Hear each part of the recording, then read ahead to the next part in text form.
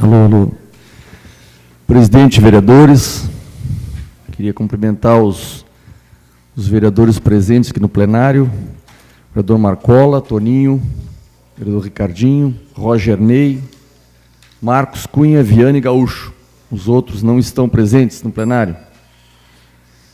E não está presente no plenário também o vereador que veio aqui, o vereador Anderson, e mostrou vários jornais, todos criticando Lula, capa inteira. Eu fui ler as matérias. O que ele não diz, e os jornais, de certa forma, também não dizem, é que isso aqui é denúncia. Isso aqui não é prova, isso aqui não é julgamento. Denúncia. E o mais interessante é que no próprio jornal que põe essa manchete, ele diz assim, ó, Lula teria recebido tantos milhões, o esquema teria, segundo o Ministério Público. Como assim teria? Não é cabal? Não é provado? Na manchete, detona. Aí tu vai, bom, então vamos ver as provas. Aí não tem. Estava pensando, fazendo uma analogia com o futebol. Quando tu quer vender um jogador de futebol, o que tu faz? Seleciona os melhores lances dele. Aquele drible, aquele passe, aquela falta, aquele gol. É esse o jogador. Agora, se tu quer destruir um jogador de futebol, o que tu faz? Tu não precisa nem mostrar nada. Basta dizer o seguinte, olha, esse rapaz teria andado na noite aí, teria bebido. Pronto, acabou. Não precisa provar nada. Apenas acusa. Sem prova. Teria. Acabou. Quem vai investir num jogador assim? Num atleta assim? Só falta dizer que isso aqui é denúncia. Mas eu queria ir mais. Eu vou fazer uma analogia aqui com líderes políticos que foram destruídos pela imprensa. Getúlio Vargas foi tão destruído que se deu um tiro no coração. João Goulart fugiu para o Uruguai, se não ia ser morto, e morreu de tristeza. E há teses que dizem que ele foi morto. Morto envenenado. Mas isso aí até hoje ainda tem uma controvérsia, mas eu vi um familiar dele dizer que ou ele foi morto por veneno, ou ele morreu de tristeza, de decepção. Mas por que eu estou trazendo à tona esses dois líderes? Existe uma coisa chamada luta de classes.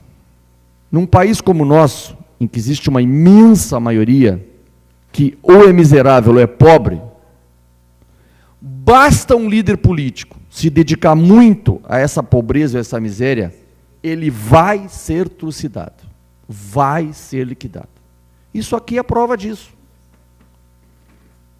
Isso aqui é uma denúncia. Isso aqui não foi julgado. E a capa inteira do jornal. Isso aqui é o Ministério Público está dizendo. Isso aqui não tem julgamento ainda. Capa inteirinha. Teria recebido. Teria não sei o quê. Capa inteira. Agora a pergunta, olhando essa capa, para o cidadão comum, ele entende o quê? Está julgado, está condenado, está acabado, está morto, está trucidado. Tal como Getúlio Vargas e João Goulart. Só para citar os mais conhecidos. Esses jornais, eles servem muito à manutenção. Quem é que mantém o jornal? Vocês acham que esse preço de capa que mantém o jornal? Negativo. Esse preço de capa que a gente compra, que a gente paga ou assina, 30%. O resto são as publicidades, as grandes lojas, as telefônicas, os bancos, os grandes magazines, que aliás são tudo sócio, tudo tem percentual um do outro. Eles mantêm a mídia. A pequena mídia, como essa aqui, que é do sul do Brasil, que atua em uma região, mas que é associada a uma associação nacional de jornais. as mesmas pessoas, os mesmos poderosos, banqueiros, grandes industriais, grandes comerciantes, são os que detonam políticos, mantêm o sistema e fazem isso aqui ser produzido. Ah, o Lula é santo. Claro que não. Ah, o Lula não sabia. Claro que sabia.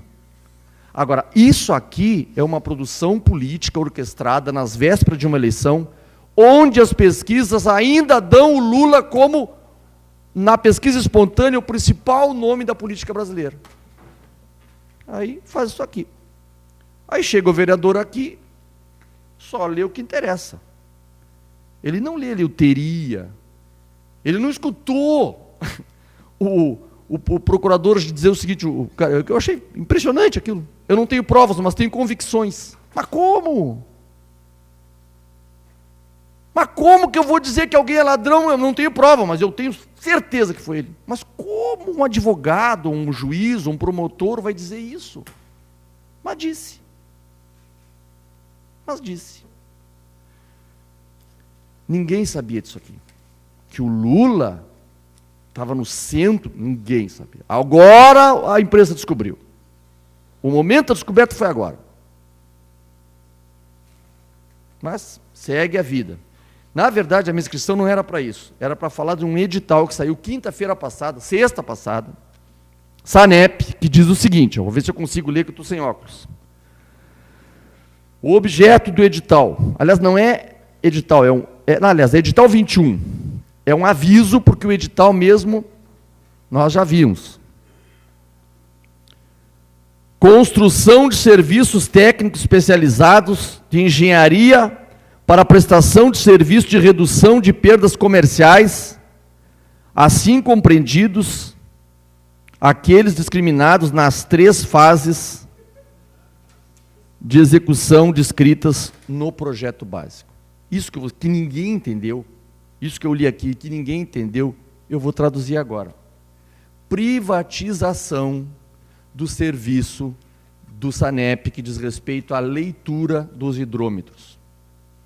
A empresa que ganha essa concorrência, disso que eu li, que ninguém entendeu.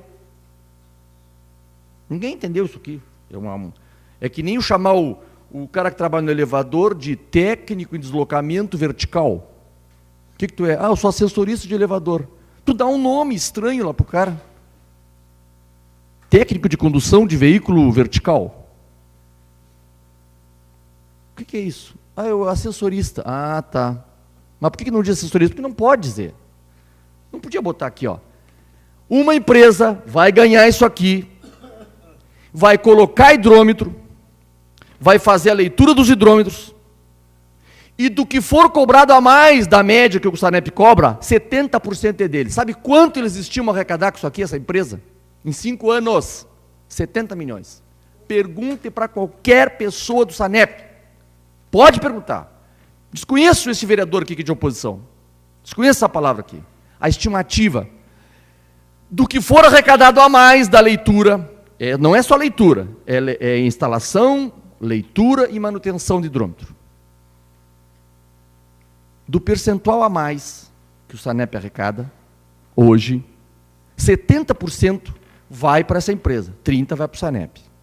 Nesses 70%, a empresa vai arrecadar 70 milhões de reais. É isso que eu li aqui. Vou tentar ler de novo. Contratação de serviços técnicos especializados de engenharia de prestação de serviço de redução de perdas comerciais.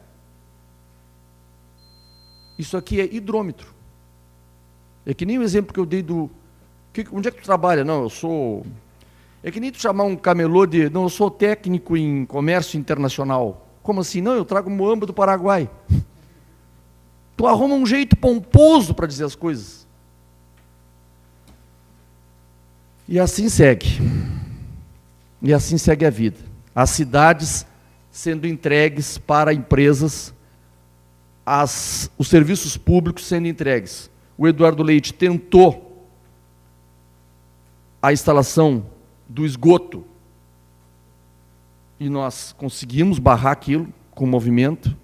Agora vem por outro caminho, vem pelo hidrômetro. Não deu para fazer PPP do esgoto, Vamos começar pelo hidrômetro. Depois que o Sanep não tiver mais receita, aí vem a grande salvação. Vamos privatizar o Sanep, vamos vender. Aí vem a Odebrecht com uma oferta. Nós vamos investir, vamos acabar com o problema dos valetas só abertos em Pelotas. Mas vamos faturar uma graninha que seria do Sanep. É isso, obrigado.